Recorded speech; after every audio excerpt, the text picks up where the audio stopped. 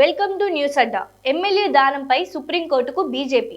Khairatabad MLA Danam Nagender అనర్హత వ్యవహారంలో BJP సుప్రీంకోర్టును ఆశ్రయించింది.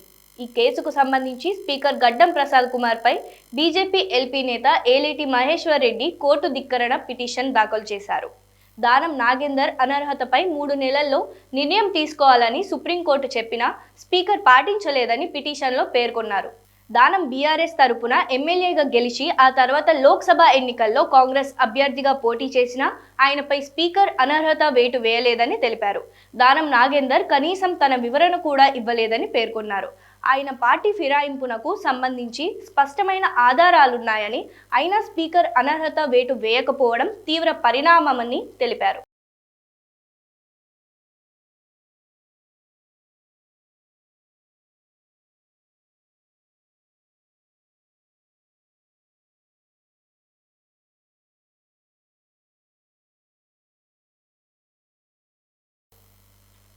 దానం రిపీట్